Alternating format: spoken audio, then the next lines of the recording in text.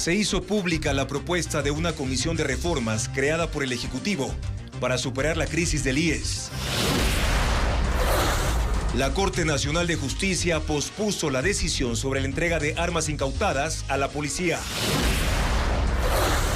El examen supletorio y la pérdida de año regresan al sistema educativo ecuatoriano desde este periodo escolar.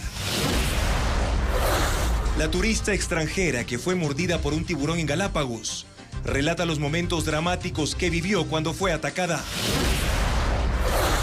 Los gastos por importación de combustibles superan a los ingresos petroleros, según el ministro de Energía. El planeta registró ayer el día más caluroso de la historia. La Organización Meteorológica Mundial declaró iniciado el fenómeno de calentamiento El Niño. El régimen talibán ordenó el cierre de todos los salones de belleza y peluquerías en Afganistán. Buenas noches, amigos. Bienvenidos a Televistazo Estelar. Arrancamos con la pregunta: ¿qué cambiará para los afiliados al IES si se aprueba la reforma al sistema de pensiones? Empezamos.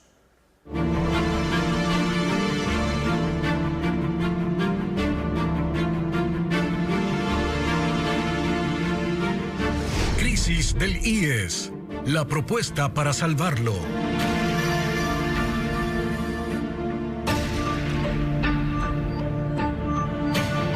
El plan de reforma al sistema de pensiones del IES contiene cambios que, según la comisión especializada, darán sostenibilidad al sistema y garantizarán el pago mensual a futuros jubilados. La propuesta fue presentada por el coordinador de la comisión, Augusto de la Torre, en un evento en una universidad en Quito. Alberto Luna tiene los detalles.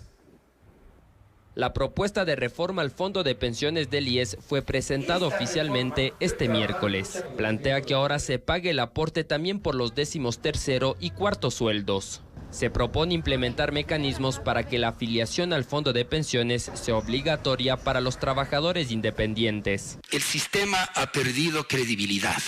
Hemos conversado con una gran cantidad de la población ecuatoriana que no quiere afiliarse. Los abogados, los contadores, los médicos, los dentistas, los freelancers. Y que la pensión tenga dos componentes, una pensión básica y otra variable, para que exista mayor proporcionalidad entre el tiempo de aporte y el tiempo de beneficio. Es decir, que una persona recibe una mejor pensión si se jubila a mayor edad. Este sistema de pensión básica más pensión variable, lo que va a pasar es que para el jubilado de menores ingresos, la mayor parte de su pensión va a estar determinada por la básica. Esto ayuda a que la reforma no va a alterar el nivel de las pensiones de afiliados de ingresos medios y bajos. Los afiliados de ingresos altos sí se van a dar cuenta que su pensión es menor, porque el subsidio para ellos es menor. La propuesta contiene también planes de ahorro para que los jubilados reciban ingresos adicionales y la creación de un nuevo directorio en el IES que solo maneje el fondo de pensiones, no el sistema de salud del Seguro Social. Lo que no se modifica es la edad mínima de jubilación de 60 años ni se incrementa el porcentaje del actual aporte del 11,06%. La reforma nace de un diagnóstico al Fondo de Pensiones que determina que el actual diseño del sistema es inviable al no lograr cubrir las pensiones, porque da beneficios inequitativamente, porque tiene baja cobertura y porque ha sido manejado con criterios políticos. Estamos entrando en una zona de peligro en la cual no va a haber dólares para pagar las pensiones de los jubilados. La comisión no abordó reformas al sistema de salud porque ese tema no fue parte del trabajo encomendado por el gobierno. De aprobarse la reforma, los 5 años de mejores sueldos ya no serán la base para establecer la pensión. La mensualidad del jubilado se fijará tomando en cuenta hasta 30 años de salarios. Además, se incrementarían los años de aporte para poder jubilarse. Luisa María Heredia con la explicación. Si bien la propuesta para reformar el sistema de pensiones del Instituto Ecuatoriano de Seguridad Social se basa en mantener la edad mínima de jubilación en 60 años, hay un cambio: el aumento gradual de la cantidad de aportaciones requeridas para jubilarse. Para jubilarse a los 60 años de edad se deberá tener 35 años aportando. Para hacerlo a los 65 años de edad, 25 años aportando. Y así el tiempo de aporte se va reduciendo en 2 años hasta llegar a 15, que es lo que tendrán que haber aportado quienes quieran jubilarse a los 70 años de edad. Para jubilarse a cualquier edad se deberá tener 40 años aportando. Muy sensato. Cómo se arma cualquier sistema de pensiones en el mundo. En cuanto al monto de las pensiones, actualmente se calculan con base en los 5 mejores años de ingresos del afiliado. Pero a partir de la reforma también se aumentará poco a poco ese número, hasta llegar a los 30 años de mejor remuneración. Esa transición tomará 25 años. En el primer año de vigencia de la reforma, 2024, por ejemplo, las pensiones se calcularán con base en los 6 mejores años de remuneración. En el segundo año, con los 7 mejores. En el tercero, con los 8 mejores. Y así hasta llegar a los 30 mejores años en el 2049. El argumento de la comisión es que estos cambios aliviarán el gasto en pensiones del IES y se alargará la vida del fondo. Las diferencias entre los términos de la póliza de seguros y el contrato de reaseguros del caso marítimo de las Fuerzas Armadas pone en riesgo la cobertura de 544 embarcaciones. Aunque la póliza reconoce cobertura total, el reaseguro solo respondería ante ciertos siniestros. Por ejemplo, si los submarinos se sumergen, no tendrían cobertura. El seguro de casco marítimo es el que cubre los daños y pérdidas que ocurren en las embarcaciones. El Ministerio de Defensa tiene aseguradas 544 unidades que corresponden a las fuerzas naval, terrestre y aérea. El valor asegurado asciende a $736.638.000. Pero hay situaciones extrañas. En septiembre del 2021 se adjudicó el aseguramiento del casco marítimo por 1 año a la empresa aseguradora del Sur por $12.690.000. Al llegar septiembre del 2022, se extendió la póliza por 60 días, por $2 millones. Y desde entonces, ese ha sido el procedimiento: no llamar a un nuevo concurso, sino prorrogar el contrato. Pero ese es quizás el menor de los problemas, ya que al revisar la póliza del seguro del casco marítimo de Fuerzas Armadas, se señala con claridad que la aseguradora y el reasegurador en ningún caso podrán presentar dentro de su oferta exclusiones adicionales a las establecidas a nivel internacional para cada cláusula y o trascobertura requerida en estos pliegos, considerando las actividades que desempeñan las unidades aseguradas de las Fuerzas Armadas. Y es precisamente eso lo que ocurre en el contrato de reaseguros. Hay condiciones que cambian. Por ejemplo, los 2 submarinos que tiene la Armada, el Shiri y el Huancavilca, valorados en $140.800.000 cada uno, solo tienen cobertura en superficie. Sí, como lo escuchan. El reaseguro está condicionado a que, si los submarinos entran en funcionamiento, estos se utilicen en el mar para operaciones de superficie, solo hasta que cada submarino haya completado el próximo dique seco y que el capitán Geoff Thomas haya cumplido la respectiva inspección. Es decir, si el submarino se sumerge, que es para lo que sirve un submarino, pues pierde su reaseguro. Y si están en reparación o en mantenimiento en el muelle de submarinos de la base naval y ocurre un siniestro, pues tampoco tienen cobertura. Pero no es lo único que llama la atención. La póliza de seguro señala que dentro de la actividad que reconoce desarrollan las unidades aseguradas está proteger, controlar y vigilar los espacios acuáticos jurisdiccionales y no jurisdiccionales. Pero el reaseguro impone como límites de navegación las aguas territoriales del Ecuador y de su zona económica exclusiva. Estas diferencias entre lo que está asegurado y las condiciones que impone el reaseguro, en caso de que ocurra un siniestro, dejaría al Ministerio de Defensa sin la posibilidad de recuperar los valores de las unidades perdidas. Y pese a que esas condiciones varían generando una ilusión de cobertura, en lugar de convocar a un nuevo concurso donde se corrija aquello, se continúan extendiendo las pólizas, en una apuesta de fe a que ojalá no pase nada. Ecuavisa intentó obtener versiones del Armada, el Ministerio de Defensa y la empresa aseguradora. Hasta el momento no hay respuesta. El fenómeno de calentamiento de El Niño ya es un hecho a escala mundial. Andrea Báez ya nos acompaña para darnos más detalles. Andrea. Sí, Juan Carlos, con la llegada del fenómeno del Niño, el planeta arde en varios territorios.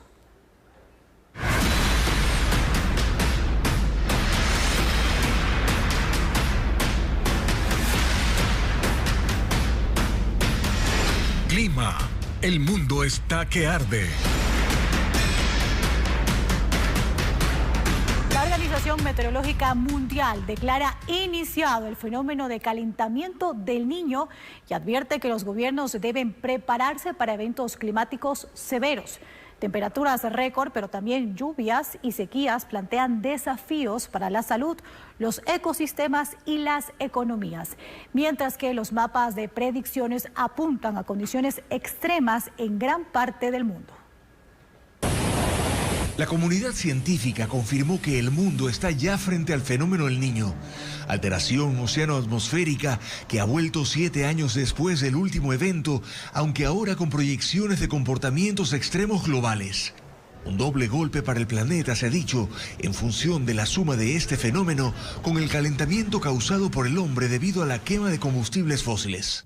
La proyección del Organismo de Naciones Unidas respecto del régimen de lluvias por el fenómeno marca los niveles más intensos en una franja sobre el Pacífico Central frente a las costas de Ecuador.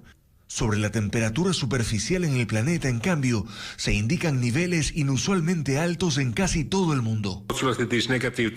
El secretario general de la Organización Meteorológica Mundial ha advertido que los gobiernos deben prepararse para más eventos climáticos extremos, así como temperaturas récord en los próximos meses, que hay que salvar vidas y medios de subsistencia, han dicho. Pues habrá lluvias extremas en el sur de los Estados Unidos, partes de América del Sur, el Cuerno de África, donde hay una población extremadamente vulnerable, como en Somalia, Eritrea o Etiopía, y en Asia Central, con la presencia de intensos ciclones tropicales y afectaciones para miles de millones de personas en el planeta.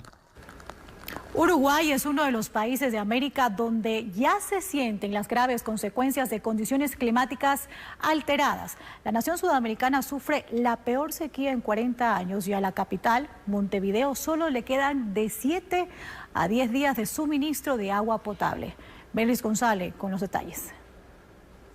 La cuenta regresiva para que Uruguay se quede sin agua potable comenzó.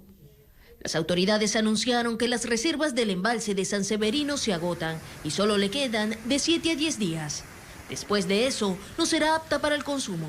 A mí me impresiona, me da como un anuncio de muerte, de la sequedad absoluta. Aunque la crisis afecta principalmente a la capital Montevideo y sus alrededores, la alarma es general, pues el resto de los depósitos de agua uruguayos también están reduciendo su nivel. Para evitar que el suministro se agote por completo, el gobierno uruguayo ordenó mezclar el agua dulce de los embalses con la del mar, provocando que el líquido que sale de los grifos tenga un alto contenido de cloruro y sodio y sea intomable. Solo la lluvia podría aliviar la emergencia en Uruguay, mientras que las autoridades insisten en que reforzarán la distribución de agua embotellada. El país enfrenta su peor sequía en 43 años, pero es una situación que también se hace sentir en sus países vecinos, Chile y Argentina, en zonas donde no llueve fuerte desde hace 3 años. Cuando regresemos, los talibanes ordenaron el cierre de todos los salones de belleza y peluquerías en Afganistán. Y también ya llegó a Guayaquil la turista extranjera que fue mordida por un tiburón en Galápagos. Tenemos su testimonio, ya volvemos. Y también el triunfo del equipo sub-20 de Independiente del Valle en Copa Libertadores. Están cada vez más cerca de las semifinales.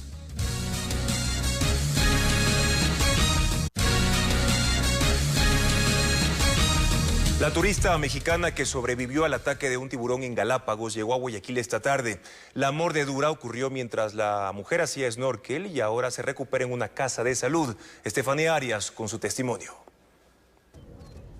Su traslado duró 2 horas 45 minutos. La turista mexicana llegó esta tarde a Guayaquil en un avión naval, acompañada de un médico. En la pista la esperaba una ambulancia y personal del Ministerio de Salud.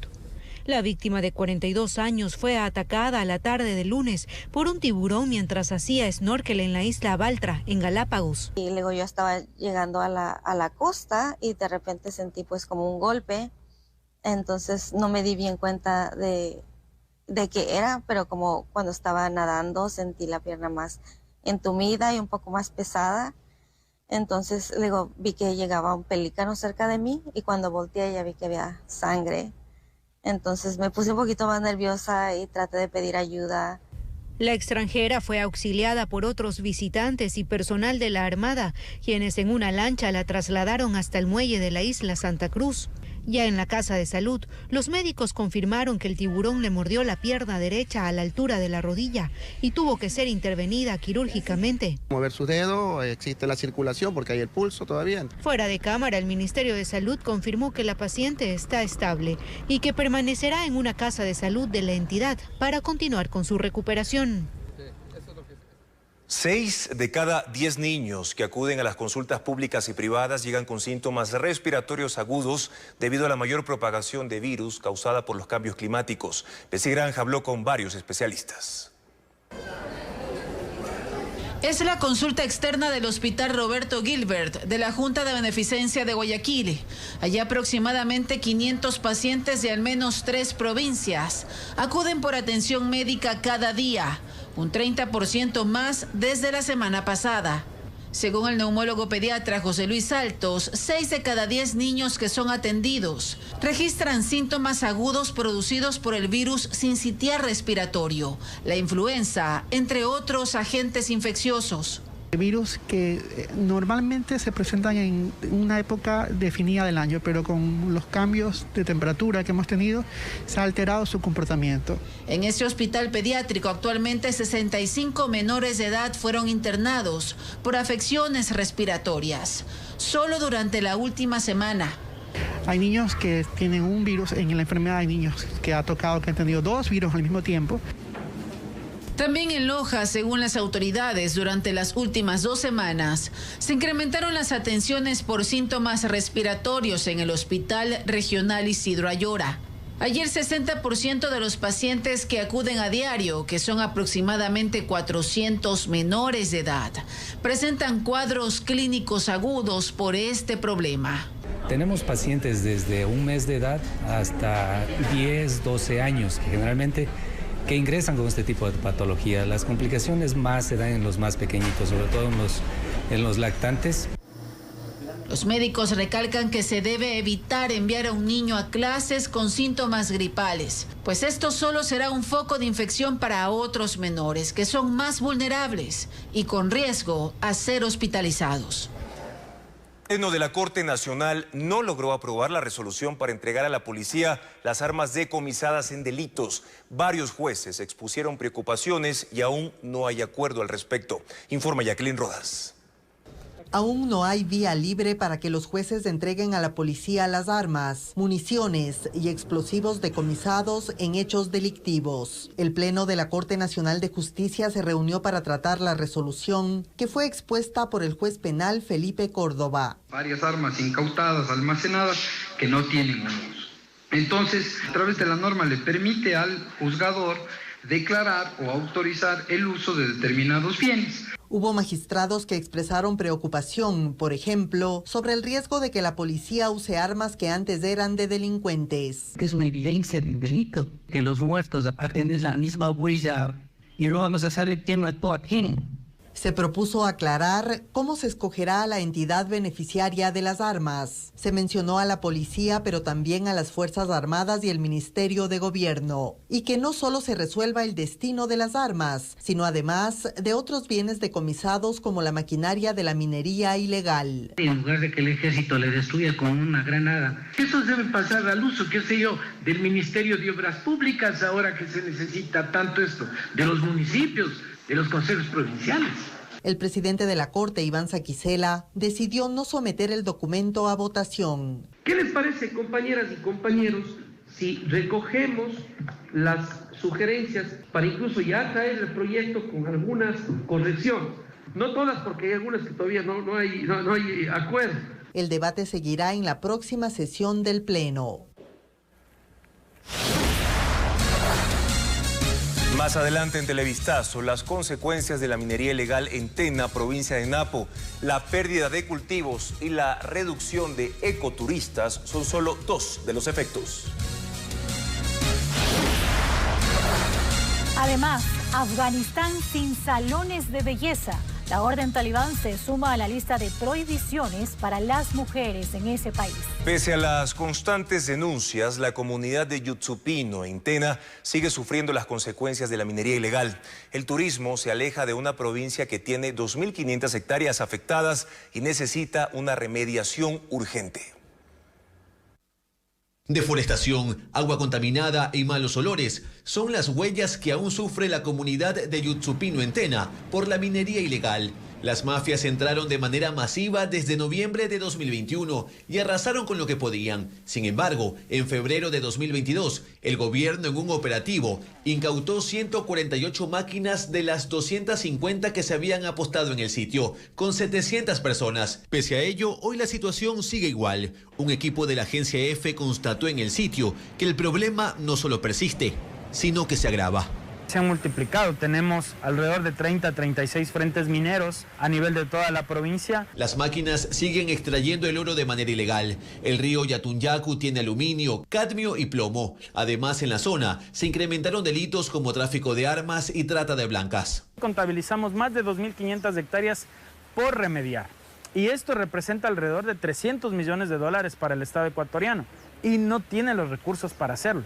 Y esto ha afectado a los cultivos y al ecoturismo. En Yutsupino a los turistas se les ofrecían recorridos por cavernas, fuentes de agua y miradores. Pero hoy eso se ha alejado, pues cada vez hay menos que apreciar. Y que hay personas del extranjero que se pagan 7.000, 10.000, 20.000 dólares, se vienen a pasar solamente 8, 15 días para disfrutar lo que no tienen. ¿Y nosotros qué estamos haciendo? Operativos han sido frustrados pues los mineros ilegales están armados. Colectivos como Napo Resiste también han denunciado este año otras zonas afectadas, como Naranjalito. Según el Ministerio de Ambiente, llegar a una remediación ambiental tomaría al menos 2 años. La Corporación Financiera Nacional subastará 233 palcos del estadio George Capwell de Guayaquil. También se incluyen decenas de bienes inmuebles en Pichincha y Guayas. PC Granja reporta que la entidad espera recaudar este año al menos 30 millones de dólares.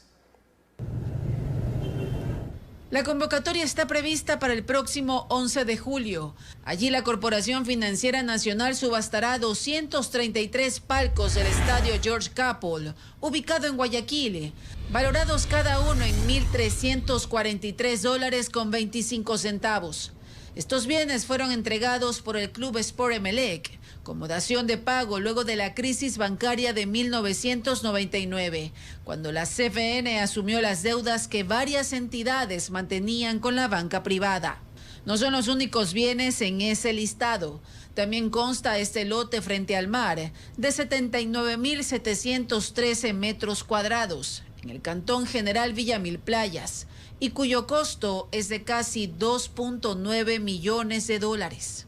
Según los directivos de la Corporación Financiera Nacional, en esta primera subasta del año, denominada de oportunidades, se incluyen locales comerciales, bodegas y parqueaderos del edificio World Trade Center, ubicado en Quito.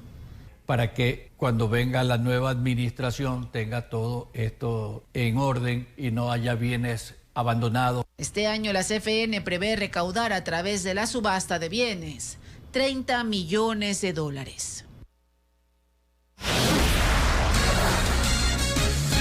Luego de la pausa explicaremos los cambios para evaluar a los estudiantes de escuelas y colegios.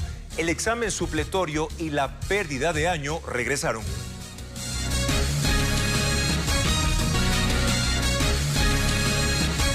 Hay nuevas reglas en las evaluaciones para los estudiantes de la Sierra y Amazonía en el próximo periodo escolar. Se proyecta que más de 1.700.000 alumnos ingresen a las aulas en agosto. Carla Delgado con los detalles. La reforma al reglamento de la Ley Orgánica de Educación Intercultural dispone varios cambios que se implementarán en el periodo escolar que empieza en agosto. Los más relevantes tienen que ver con los métodos de evaluación. Por ejemplo, ahora los estudiantes de básica media, es decir, entre 8 y 11 años, podrán quedarse en supletorio si no completan el puntaje de 7 sobre 10. Antes esta regla estaba dispuesta solo para los alumnos de 12 años en adelante.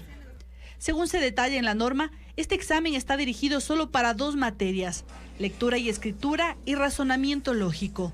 Entre otros cambios, se ordena que los estudiantes de educación inicial también podrían perder el año. Antes esta posibilidad estaba prohibida. Estos cambios se dan luego de una serie de flexibilizaciones que ocurrieron durante la pandemia.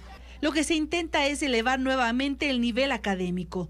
Además, se buscan nuevas formas de evaluaciones, que ya no irán determinadas solo por un examen, sino mediante presentación de proyectos, obras teatrales y eventos culturales, en los que los estudiantes demuestren sus conocimientos.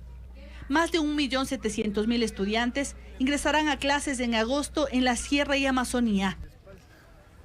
Los postulantes a las universidades e institutos públicos rechazaron más de 30.000 cupos. La Secretaría de Educación Superior explica qué se hará con ese remanente. Veamos cuáles son las carreras menos demandadas en Ecuador. 35.000 de los 120.000 cupos fueron rechazados por los postulantes durante el último proceso para acceder a la educación superior. La Secretaría de Educación Superior, Ciencia y Tecnología, CENESID, explica que las universidades e institutos abrieron un proceso extraordinario para otorgar los cupos sobrantes. Por ejemplo, la Universidad Politécnica del Ejército, mediante sus páginas oficiales, promocionó 1.000 cupos sobrantes en distintas carreras. El problema, según mencionan las autoridades, es que existen profesiones que cada vez pierden el interés de los aspirantes, porque no son debidamente promocionadas en los mismos centros de estudio. Entre las carreras que tuvieron menor demanda están periodismo e información. Les siguen arquitectura y construcción. Luego está industria y producción. En esta lista también aparece transporte, artes, ciencia de la tierra, veterinaria y acuacultura. Pero tenemos una variedad de carreras, tanto en institutos tecnológicos como en universidades, que están en el campo de la salud y que requiere el país, como es la optometría, como es la radiología, asistentes auxiliares de enfermería. Desde esta entidad de Estado mencionan que se lanzará un programa de incentivos académicos que busca llenar cupos en las carreras menos demandadas. Para esto ya trabajan junto al sector productivo. Sabiendo cuáles son las necesidades del país, incentivar a los jóvenes de esta manera que opten por estas carreras y ayudar a la academia a que pueda seguir fortaleciendo estas carreras que tienen una demanda baja. La idea es ponerlo en práctica para este nuevo proceso de ingreso a la educación superior que iniciará el próximo 17 de julio. Las denuncias de consumidores por problemas en productos adquiridos se incrementaron este año en la Defensoría del Pueblo en comparación al 2022. Adriana Bermeo explica el proceso que se sigue en estos casos. La Defensoría del Pueblo registra un incremento del 26% en denuncias de consumidores durante el primer semestre del 2023. Son 2.300 quejas. En el mismo periodo del 2022 se contabilizaron 1.700. Los usuarios presentan problemas relacionados con compra de productos, sobre todo electrodomésticos y vehículos. Una vez que han reclamado en cada uno de sus almacenes, vienen a la Defensoría del Pueblo si es que no se ha llegado a un acuerdo que proteja sus derechos. Todos los casos que llegan a la Defensoría del Pueblo tienen una resolución que puede ser la conciliación o, cuando no hay acuerdo entre el vendedor y el comprador, se emite un informe sobre las vulneraciones de derechos. Este documento no es vinculante, pero puede ser presentado como prueba ante los juzgados de contravenciones. Lo óptimo es que no sea más de 30 días en que se lleve todo este proceso. Si se trata de productos de bajo valor, los desacuerdos se resuelven en el lugar de compra. La Ley Orgánica de Defensa del Consumidor establece 15 días desde que se recibió el producto para que los usuarios puedan cambiarlo o devolverlo.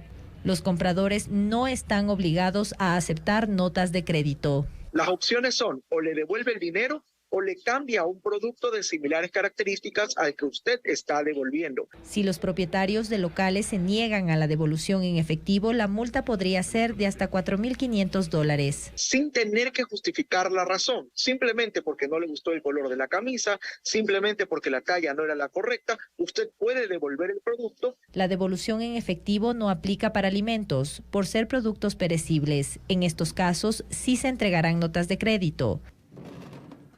Las universidades ofrecen atención jurídica gratuita a personas de escasos recursos de Quito. Este servicio es de lunes a viernes y en diferentes materias del derecho. Alex Ceballos informa. Estos vecinos enfrentan un problema jurídico que les podría dejar sin hogar y sin libertad, sin recursos económicos para la defensa. Los vecinos acudieron a pedir ayuda al consultorio jurídico gratuito de la Universidad Central, ubicado en las calles Galápagos y Guayaquil, en el centro de Quito. Cada mes atienden 300 casos en materia civil, penal, laboral, violencia intrafamiliar, inquilinato, derechos humanos. Sí, según la tabla, se aplica la tabla de pensiones. Experimentados juristas atienden a los usuarios y los estudiantes de Derecho observan y aprenden. Otras universidades también efectúan este servicio jurídico de manera gratuita. En la San Francisco, los mejores estudiantes del sexto semestre estudian los casos y 4 abogados experimentados guían la defensa. Al momento estamos operando principalmente en las materias de derecho de familia, derecho laboral, derecho penal y derechos humanos. En la Universidad de las Américas, el consultorio jurídico gratuito funciona en 3 plantas de un edificio ubicado en las calles Orellana y Wimper, donde brindamos servicios legales a personas de escasos recursos económicos, a personas que pertenecen a un grupo de atención vulnerable. Nosotros generamos aquí asesorías, patrocinio. Los consultorios jurídicos gratuitos permiten las prácticas preprofesionales de los estudiantes de Derecho y sobre todo la atención a los sectores vulnerables de la sociedad. Más adelante, 2 caras de la violencia en Durán. Mientras militares y policías ejecutaban un operativo en un barrio, en otro acribillaban a un hombre. Ni la presencia de los militares detiene los asesinatos en Durán, en la provincia del Guayas. Mientras los uniformados ejecutaban un operativo en un barrio, los sicarios asesinaban a un hombre a 15 minutos de ese sitio. Berlín Ochoa con la información. Por tierra y aire, 250 militares y policías rodearon 30 calles del Recreo, barrio del Cantón Durán en Guayas. Con fusiles llegaron los uniformados ante las 14 muertes violentas registradas en el sitio en la última semana, incluso fuera de un establecimiento educativo. Estamos realizando una operación de control de armas, municiones, explosivos en apoyo a la Policía Nacional. Poder desarmarlos, estos grupos de delincuencia organizada. Mientras los uniformados estaban en el Recreo, a 15 minutos de ahí un hombre era asesinado. Le dispararon más de 5 veces. La policía no dio declaraciones. Un testigo del crimen comentó cómo acribillaron a la víctima, que hasta la noche de este miércoles no había sido identificada. Y lo han bajado del carro, y cuando lo han bajado del carro, ahí le han pegado los 10 tiros. Y él parece que se ha querido meter, esconder debajo del carro. No puedo alcanzar. En Durán hay 315.000 habitantes. En el 35% de la población urbana hay invasiones con calles dañadas de difícil acceso. En esos asentamientos irregulares, donde los microtraficantes han construido guaridas, se realizó el control de armas. En la noche que tienen que venir las autoridades. Peligroso, yo trabajo en seguridad. Yo entro a la 1 de la mañana cuando me toca la noche, es peligroso. El problema es que se pone ya bastante zona roja esto, en lo que es la noche a partir de las 10 de la noche. Según los militares, 250 uniformados mantendrán los operativos en Durán, el segundo cantón más peligroso de Guayas. En Manabí se repuso con otra aeronave, el helicóptero que hace más de un año se estrelló en una avenida de Puerto Viejo. La entrega se llevó a cabo en una ceremonia de la Fuerza Aérea. Cuidado, frene. Fue en marzo del 2022 cuando un helicóptero militar modelo Gazelle se estrelló en la avenida universitaria de Puerto Viejo. En el siniestro, los 3 militares que iban a bordo y 3 civiles que se movilizaban en un bus y en un auto resultaron heridos. La Fuerza Aérea confirmó en ese entonces que se trató de un accidente provocado por pájaros. Y ahora, tras cumplir los trámites con la aseguradora, se repuso la aeronave con una de procedencia francesa que fue entregada este miércoles en una ceremonia en el Fuerte Militar Manabí. Son aeronaves usadas siempre en la reposición, aproximadamente entre 6.000 y 7.000 horas de vuelo. Una aeronave Fennec BA con capacidad de transporte de 4 pasajeros. El helicóptero estará a disposición para las operaciones de la Fuerza Aérea en la provincia. De mando y control, son misiones de vigilancia y reconocimiento, pero también son misiones para apoyar en el caso de evacuaciones aeromédicas y también para apoyar en el caso de incendios, porque este helicóptero viene con un Bambi Bucket, que es el dispositivo que le ayuda a apoyar cuando tenemos problemas con incendios en lugares que son inaccesibles para el personal humano. El seguro de la aeronave siniestrada fue por más de $720.000. La propuesta de reforma al sistema de pensiones del IES contiene 5 cambios principales. Por ejemplo, se plantea incrementar los años de aportes necesarios para jubilarse. Alberto Luna estuvo en la presentación oficial de esa reforma. La propuesta de reforma al Fondo de Pensiones del IES fue presentada oficialmente este miércoles. Según el análisis que realizó la comisión, el actual diseño del sistema pone en riesgo el pago de las pensiones de los futuros jubilados. Estamos entrando en una zona de peligro en la cual no va a haber dólares para pagar las pensiones de los jubilados. En la presentación se ratificó que no se plantea aumentar la edad mínima para la jubilación de 60 años ni incrementar el porcentaje del actual aporte. Son 5 los principales cambios propuestos al sistema. Aumentar gradualmente los años de aportaciones requeridos para jubilarse. Por ejemplo, en la actualidad, quienes se jubilan con 60 años necesitan 30 años de aportes. Con la reforma requerirán 35 años de contribución. También se propone cambiar el cálculo para fijar la pensión. Ya no utilizar los 5 mejores años del salario, sino tomar en cuenta gradualmente más años para el cálculo. Además, se plantea que la pensión tenga 2 componentes, una pensión básica y otra variable. Con este sistema de pensión básica más pensión variable, lo que va a pasar es que para el jubilado de menores ingresos, la mayor parte de su pensión va a estar determinada por la básica. Esto ayuda a que la reforma no va a alterar el nivel de las pensiones de afiliados de ingresos medios y bajos. Los afiliados de ingresos altos sí se van a dar cuenta que su pensión es menor, porque el subsidio para ellos es menor. Se implementa de igual forma mecanismos para que la afiliación al fondo de pensiones sea obligatoria para trabajadores independientes. Y por último, se propone que el aporte mensual de los afiliados se aplique también a los décimos. La propuesta contiene además planes de ahorro para que los jubilados reciban ingresos adicionales y la creación de un nuevo directorio en el IES que maneje solo el fondo de pensiones, no el sistema de salud del Seguro Social. La exposición duró más de 1 hora. Se utilizaron 35 diapositivas para explicar la situación que afronta el sistema y justificar con cifras esas reformas. La propuesta, que ya fue presentada al gobierno, está en etapa de socialización.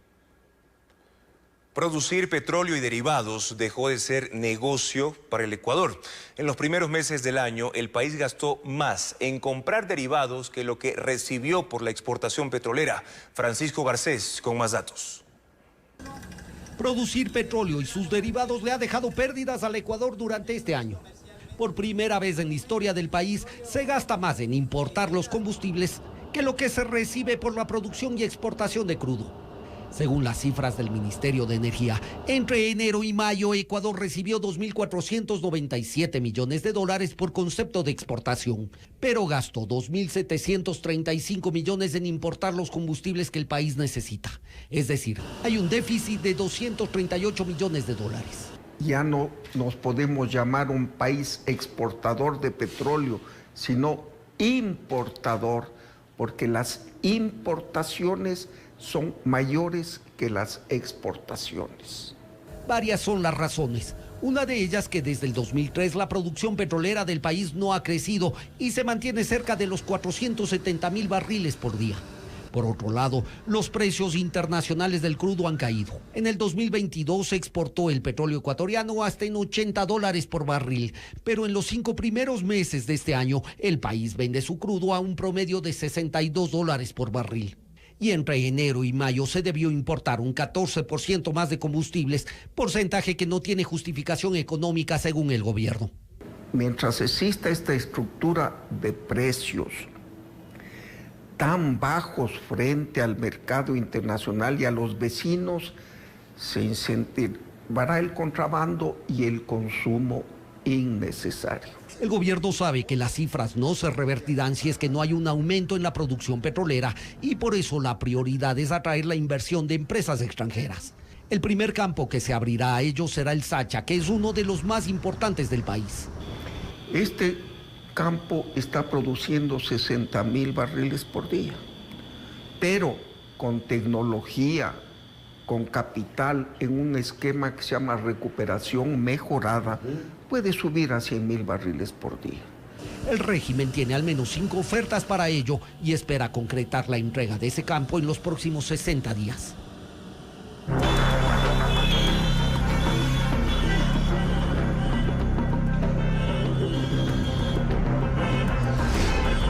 Transporte público, el tormento diario. Los gases que emanan los buses a diésel son la principal fuente de contaminación en ciudades como Quito y Guayaquil. Uno de los peores contaminantes es el denominado PM.25. Debería ser de 15 microgramos por metro cúbico, pero en horas pico, en varias zonas de la capital, alcanza niveles de 32 microgramos y en el caso de Guayaquil, en el área comercial principalmente, son 30 microgramos. Ambos sobrepasan los límites establecidos por la Organización Mundial de la Salud para evitar enfermedades, sobre todo respiratorias. Merlin Ochoa con un nuevo reporte. La huella de la contaminación ambiental está reflejada con el hollín impregnado en las ventanas, paredes y puertas de las casas ubicadas a lo largo de la calle General Necochea, una de las principales vías que conecta el sur con el centro de Quito. ¿No ve que aquí aceleran y ahí botan el humo? Un estudio realizado en el 2022 y publicado este año por la Secretaría de Ambiente del municipio de Quito detectó que en sectores como el Trébol, en el sur o la Universidad Central, en horas pico existe un contaminante conocido como material particulado PM2.5, que son residuos muy pequeños suspendidos en el aire que contienen sustancias químicas, polvo, hollín y metales. Estas partículas contaminantes deben tener un límite para no generar enfermedades. La Organización Mundial de la Salud establece un techo de 15 microgramos por metro cúbico, pero en Quito, en horas pico, llegaba a 32.5, es decir, más del doble. Los niveles responden al incremento del parque vehicular en la ciudad. Es decir, si usted incrementa la cantidad de autos circulando en una calle, en una ciudad, la contaminación va a ir aumentando. En Guayaquil, Ecoavisa pidió al municipio una entrevista sobre el tema, pero nos informaron que los voceros están en proceso de inducción y preparación. Sin embargo, en la urbe, la última investigación de esta materia la hizo la SPOL hace 6 años.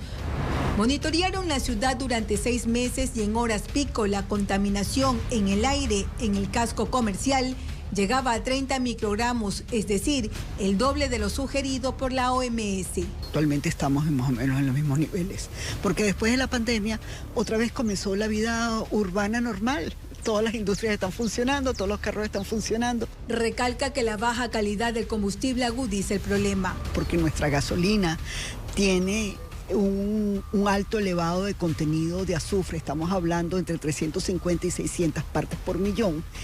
Ese material particulado absorbe el azufre y lo respiramos y penetra hasta las zonas más profundas del pulmón. La OMS advierte una relación directa entre la contaminación del aire y enfermedades respiratorias, cardíacas y cáncer.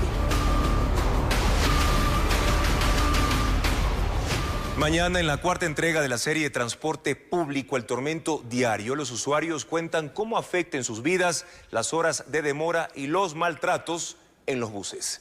El tribunal del caso Las Torres notificó la condena por el excontralor Pablo Celi y otros 10 sentenciados. Además de la pena de prisión que deben pagar, también la reparación al Estado y colocar una placa con un mensaje sobre la honradez de los funcionarios públicos. Jacqueline Rodas sigue el tema.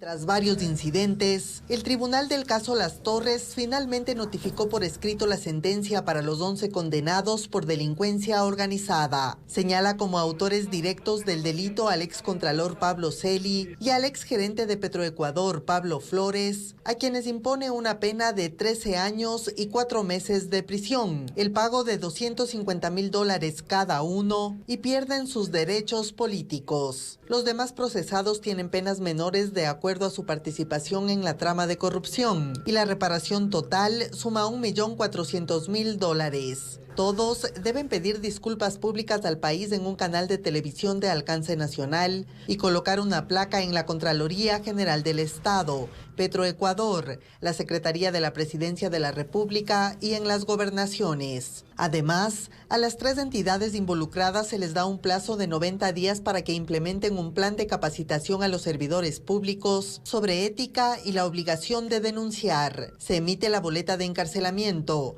pero se ejecutará cuando el fallo quede en firme. Aún restan los recursos de apelación y casación. Según la Fiscalía y los jueces, los imputados conformaron una estructura estructura delictiva para cobrar $4 millones en coimas a la empresa No Limit, contratista de Petroecuador, a cambio de desvanecer glosas y liberar planillas de pago.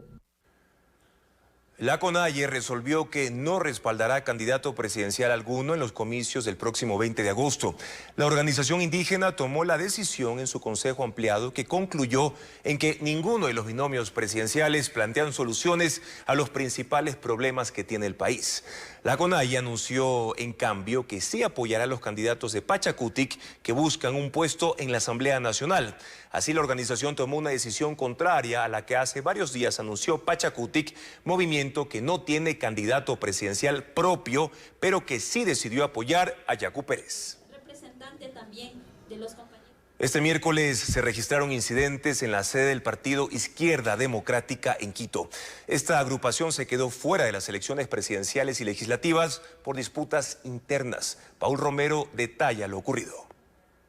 En la sede del partido Izquierda Democrática hubo gritos, empujones entre militantes de los dos sectores que se disputan el control del Partido Naranja. Una rueda de prensa terminó en incidentes entre quienes respaldan a Enrique Chávez como presidente de la agrupación y los que apoyan a Analía Ledesma. En mayo pasado, el Comité de Ética de la Izquierda Democrática removió a Chávez de la presidencia, acusándolo de pertenecer a otro partido político, y nombró a Ledesma. El conflicto no se superó y por esta disputa, el Partido Naranja quedó fuera de la papeleta electoral de las elecciones presidenciales del próximo 20 de agosto y tampoco presentó candidatos a asambleístas nacionales. Se acostumbraron a disfrutar del poder político del partido y que esta vez no lo tienen. Y como no lo tienen, han perdido el norte y se han entontecido. Para poner fin a la crisis, Chávez anunció la convocatoria en 6 meses a una convención nacional para que toda la militancia decida el futuro del partido. Hay 6 meses para socializar y poder convocar a una convención nacional para elegir la directiva nacional. En las elecciones del 2021, la Izquierda Democrática fue la tercera fuerza política en la Asamblea. En agosto próximo, participará solo con candidatos provinciales. Los aspirantes al Consejo Nacional Electoral, Eduardo Franco Loor y Bielka Párraga, tienen impedimento legal para participar en el concurso de méritos y oposición. Los dos son consejeros suplentes del Consejo de Participación Ciudadana, organismo que está encargado del concurso. Eduardo Franco Loor y Bielka Párraga fueron candidatos al Consejo de Participación Ciudadana y Control Social, auspiciados por el correísmo en las elecciones de febrero pasado y actualmente son consejeros suplentes. Los dos participan en el concurso de oposición y méritos para la renovación parcial del Consejo Nacional Electoral. La Ley Orgánica de Participación Ciudadana prohíbe a sus integrantes participar en procesos en los que exista conflicto de intereses con el ejercicio de sus funciones. Por esta razón, no pueden participar en el concurso. Por tener flagrante conflicto de interés, al ellos ser actualmente consejeros suplentes del Consejo de Participación Ciudadana y Control Social. Están inhabilitados. Hago un llamado a la Comisión Ciudadana de Selección, quien debe de actuar de oficio. Además, el reglamento para el proceso de renovación parcial del CNE prohíbe que los concursantes participen en elecciones en los últimos 5 años para un cargo de elección popular. Loor y Párraga lo hicieron en las de febrero de este año. Por estas inconsistencias, uno de los 72 participantes para los 2 cupos en el CNE presentará una denuncia ante el Tribunal Contencioso Electoral. Pero ante semejante desidia, he decidido de manera personal interponer las correspondientes denuncias tanto al Contencioso Electoral cuanto al propio Consejo de Participación Ciudadana y Control Social, solicitando se revea la admisión. Hace pocos días, la Comisión Ciudadana de Selección aprobó la recalificación de méritos a Franco Loor y Bielka Párraga para que se acerquen a los 50 puntos y pasen con mejores opciones a las pruebas orales y escritas. Algunos viven como quieren y se ufanan. Este fanático del fútbol surfea mientras disfruta de su pasión por el fútbol. Su tabla de paddle surf no es cualquier tabla. El video grabado en Estambul, Turquía, en la cuenta de Süleymanatli 1, un aficionado de las olas, tiene más de 240.000 reproducciones. What a sensational goal! Un grupo de amigos se prepara para vivir el espectáculo de la Hora Dorada con un dron FPV que sobrevuela un atardecer en las islas de coral en la playa de Batu Karung, en el Pacífico Este de Java, Indonesia. Los pilotos vuelan sin moverse del piso gracias a sus lentes que los incluyen la aventura sobre las olas que golpean las rocas. El video colgado en la cuenta de Kivex FPV tiene 7.4 millones de reproducciones y más de 1.3 millones de likes.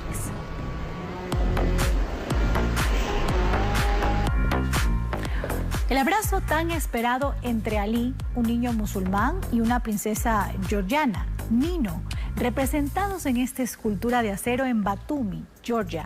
Todos los días a las 19 horas se puede ver a Ali y Nino en movimiento. Las figuras se acercan hasta fundirse en un abrazo. Su baile dura 10 minutos y es muy emotivo. Se construyó en 2010 y simboliza la trágica separación de Ali y Nino tras la invasión soviética. El video publicado en Instagram en la cuenta de DJ Roger tiene 2 millones de reproducciones. Lo increíble de captar los procesos naturales con un lente macro. Así, Pepe Marco, fotógrafo profesional, logra retratar insectos hasta diminutos que polinizan todo tipo de plantas. Los contrastes de colores y texturas sorprenden y en casos asustan porque hay algunos con pinta de monstruos. El video tiene 23 millones de reproducciones y 3.5 millones de likes. Pato al agua, o más bien, patos al agua. Quizás el más travieso es llevado por la corriente y se pone en peligro, pero la mamá pata salta para acompañarlo. Los patitos deciden seguirla. Uno para todos o todos para uno. El tierno video publicado en Twitter tiene más de 33,000 likes y 1.9 millones de reproducciones.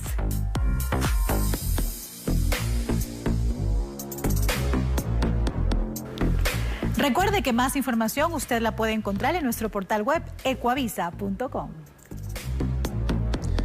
El Observatorio Mundial del Cáncer prevé un incremento exponencial de los nuevos diagnósticos por esta enfermedad y su mortalidad. Conozcan cuáles son los más comunes en Ecuador en un informe de Fabiola Santana. En Ecuador se registraron 29,000 nuevos casos de cáncer y 15,000 fallecidos por esta enfermedad en 2020. Para el año 2035 se prevé un incremento del 59% de los casos y el 68% de muertes, según estimaciones del Observatorio Mundial del Cáncer. Los de mayor incidencia en el país son el de mama, con 38 casos por cada 100,000 mujeres, y el de próstata, con casi 36 casos por cada 100,000 hombres. Solo al Hospital de Especialidades Eugenio Espejo de Quito llegan 3,000 nuevos casos avanzados al año que requieren de tratamiento. Por la cantidad de pacientes, el Ministerio de Salud prevé incrementar un piso para la atención oncológica. Y aunque la detección temprana podría generar mayores porcentajes de supervivencia, lograrlo se ha tornado en todo un reto. El Ministerio de Salud mantiene activa la Estrategia Nacional para la Atención Integral del Cáncer, con un costo total de casi $103 millones. Esta estrategia enmarca directrices como el recomendar que las mujeres entre 50 y 69 años se realicen una mamografía cada 2 años. Y en el caso de los hombres, recomienda controles de próstata desde los 50 años. Son factores de riesgo la edad, la obesidad y el consumo de alcohol y drogas. De allí el interés del Ministerio de Salud por generar políticas públicas para atacar los hábitos de consumo y disminuir las probabilidades de cáncer. Los gastos de mascotas se incluyen dentro de la deducción de gastos personales para el impuesto a la renta. Fabiola Santana explica cómo se registrarán estos rubros.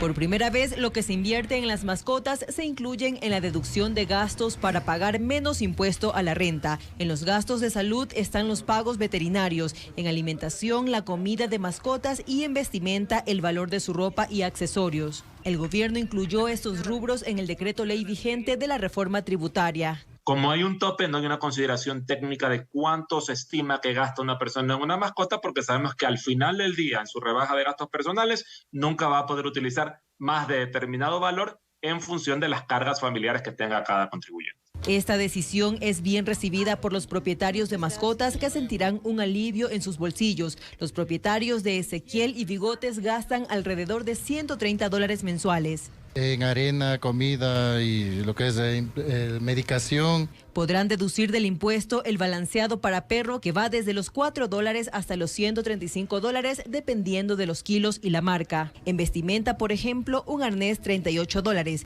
Además, peines de $12, cepillos de dientes de $3 y hasta pañales de $7. En salud, por una consulta de veterinarias se paga mínimo $15. En el Ecuador aún no hay cifras oficiales de cuántas mascotas hay.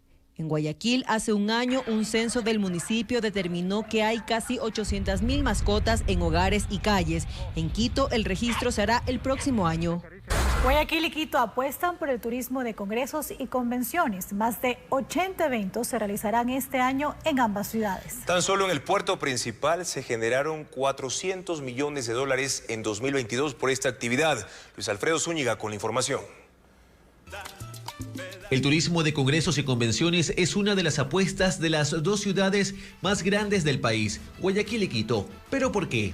La primera razón es porque genera entre 3 a 4 veces más ingresos por persona, según la Organización Mundial de Turismo. Es una persona que viene a un buen hotel, que va a un buen restaurante, $300, $400 diarios. La segunda es porque ambas ciudades, a diferencia de otras del país, cuentan con la infraestructura adecuada para estos actos. Primero tenemos el centro de convenciones, además tenemos una oferta hotelera en la ciudad con más de 15.000 camas hoteleras día. En 2022, la empresa pública municipal de turismo en Guayaquil señaló que durante ese año se realizaron 102 eventos, derivando en 270 noches de alojamiento y $400 millones en ingresos en todo el sector turístico.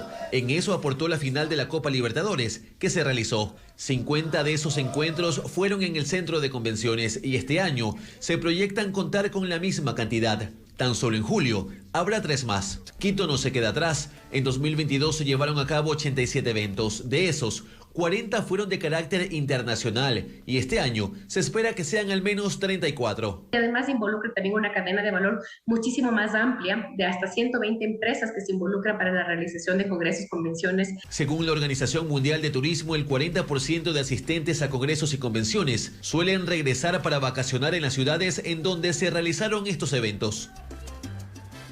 Han pasado más de 2 años y el proyecto Letras Vivas sigue en investigación por presunto peculado. Con este contrato de Cynthia Viteri por casi $400.000 se pintaron 50 muros en Guayaquil con frases de autores locales. Ahora esas supuestas obras de arte están deterioradas. Estefanía Arias con el informe. Letras Vivas fue uno de los proyectos más polémicos en la administración de la exalcaldesa Cynthia Viteri. En 2021 se pintaron 50 murales en distintas zonas de Guayaquil, con frases de obras literarias de escritores locales. El contrato costó casi $400.000. Los autores de estos textos plasmados en las paredes indicaron que jamás se enteraron y ni se les reconoció el pago por derechos de autor. Ante esta denuncia, en abril de ese año, la Fiscalía abrió una investigación por el presunto delito de peculado. Han pasado más de 2 años y el caso está en manos de la Fiscalía de Los Ríos y vía correo la entidad confirmó que aún siguen en indagación previa. Hoy esos murales están llenos de grafitis. Incluso hay uno en la avenida Barcelona, en el suroeste, cuya frase está incompleta. Un tramo de la pared fue pintado y se borró parte de lo que decía. Otro en el norte, que rinde homenaje al emblemático bolero Nuestro Juramento, está con rayones. Y es que en todo este tiempo a los murales tampoco se les ha dado mantenimiento o han sido restaurados, como lo ofreció la anterior administración. Consultamos al actual municipio de Guayaquil sobre qué va a pasar con este proyecto e indicaron vía correo que lo están evaluando y que cuando la Dirección de Gestión y Promoción Cultural concluya ese proceso, se pronunciarán.